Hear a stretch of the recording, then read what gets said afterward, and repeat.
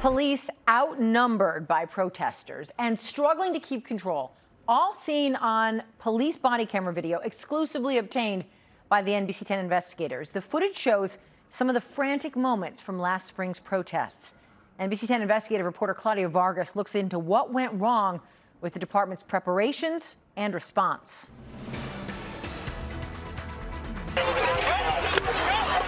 Keep your heads down. Don't look up. Protesters throwing bottles and other projectiles at police, pulling a metal barricade. A police officer pepper sprays the crowd.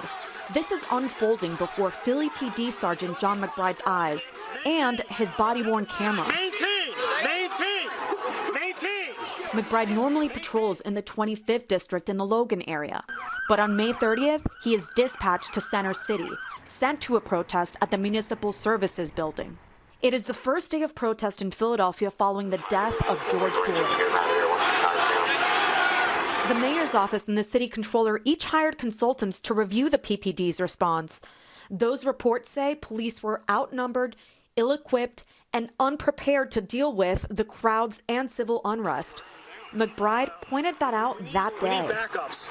This single line here with no shields. Former Denver Police Chief Robert White is one of the consultants who reviewed the city's preparations, or lack of, and its response to the protest.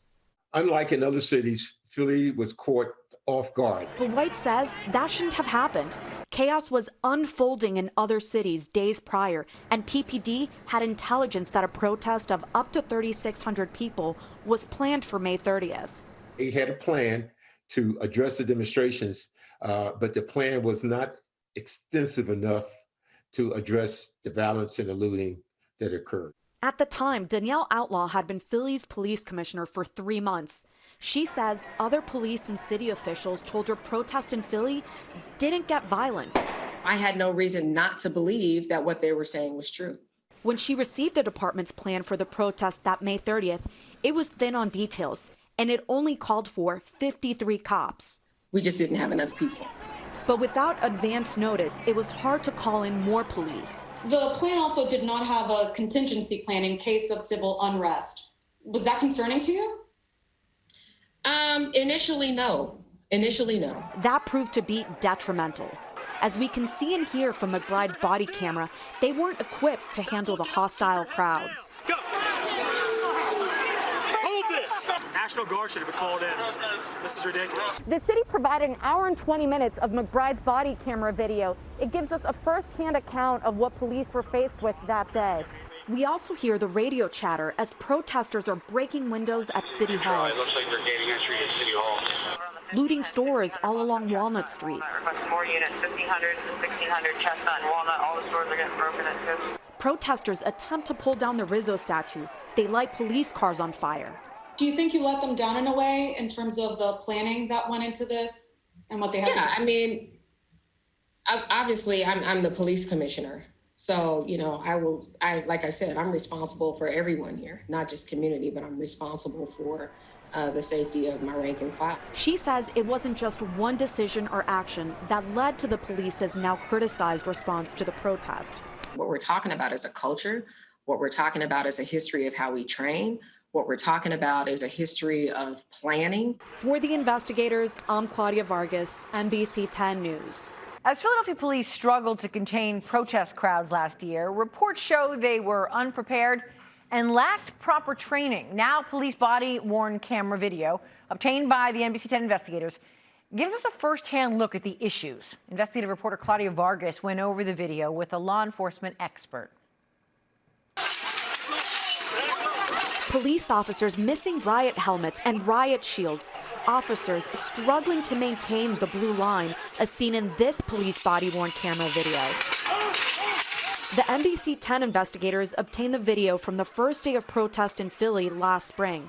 It was recorded May 30th in front of the Municipal Services Building. Don't look up and get whacked. We showed some of the video to Gil Kurlikowsk.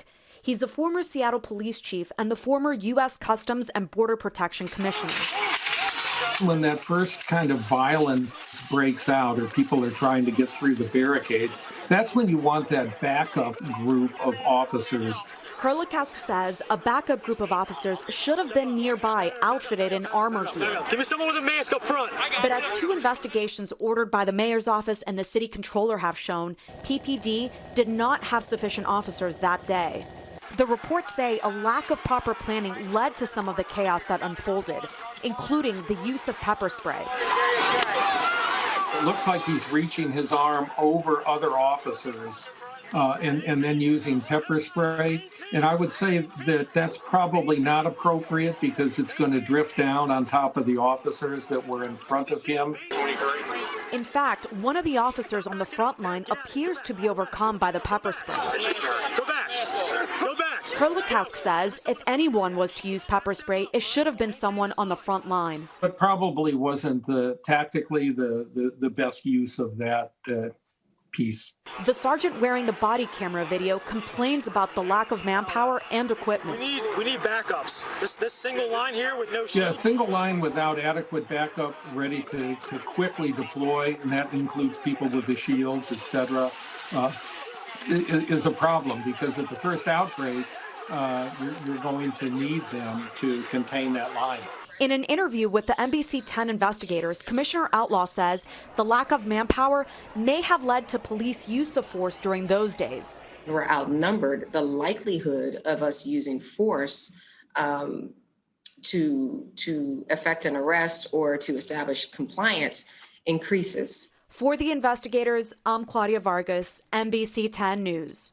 Using tear gas against civil unrest. The tactic has not been used in Philadelphia since the 1985 MOVE bombing. Now the NBC 10 investigators look at why Philly police decided to use it again. NBC 10 investigative reporter Claudia Vargas finds even after 2 investigations into the use of force by city officers, the police commissioner is still looking for answers. You could tell something happens because the entire crowd panics. Jamila Hankinson watches videos her niece took on June 1st, remembering when the once peaceful protest took a wrong turn onto the expressway. Protesters are met by a SWAT team firing tear gas. People try running up the grassy embankment and over a fence. They're just sandwiched there, and just people are climbing on top of each other. It was horrible. Jamila was with her sister and niece. They had been peacefully protesting against police brutality just minutes prior. Then pivoted to helping protesters coming over the fence. Eventually, Jamila and her family were also affected by the tear gas. It's horrible. Never seen anything like it. But the use of tear gas that day was not the first time it was deployed to stop George Floyd protesters. The day before, people took to West Philly streets, looting stores and lighting police cars on fire. In response, Police Commissioner Outlaw ordered police to use tear gas. The Philly SWAT team had not used tear gas for civil unrest since the 1985 MOVE bombing. Were they even trained to use it for civil unrest, and did it give you any pause that practically they had never used it for this? Well, and that was another reason why I met with the SWAT team. They reassured me. They said, look, these are the munitions that we have. But it went horribly wrong. Take a look at this video. It was taken by a West Philly resident. It seems to show SWAT officers throwing tear gas canisters down residential streets. According to the city controller's investigation, the tear gas was only supposed to be used on 52nd Street between Chestnut and Market. What SWAT did was deploy tear gas all the way down to Spruce Street. And that led to innocent bystanders and neighbors, people in the neighborhood being tear gassed. Later that night, police responded here to Kensington Avenue where protesters were looting stores. According to one of the reports, police also used tear gas, but it was without the commissioner's approval. And then, of course, came 676. Knowing what happened in West Philly and how that turned out, the residents were impacted, did you see a need for tear gas and other less than lethal munition on 676? Again, I think for that one, what still concerned me was timeline. There's still ongoing use of force investigations where I don't have an answer to the timelines just yet. But 4 consulting firms retained by the city have gone through extensive video, documents, and interviews. None found any evidence that protesters were violent against police on the highway. Still, Outlaw wouldn't say whether the use of force in that situation was proper or improper. The state police car didn't vandalize itself. All of that debris that we saw on the ground wasn't all police debris. Something happened. And my question is, when did that happen?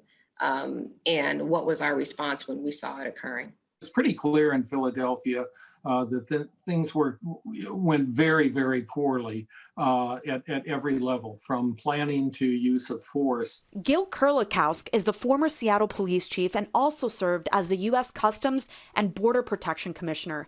He read one of the reports on the PPD's response. You probably want to stay away as much as you can from those kinds of munitions. Hankinson is one of dozens of protesters suing the city for excessive use of force. What do you hope to get out of that?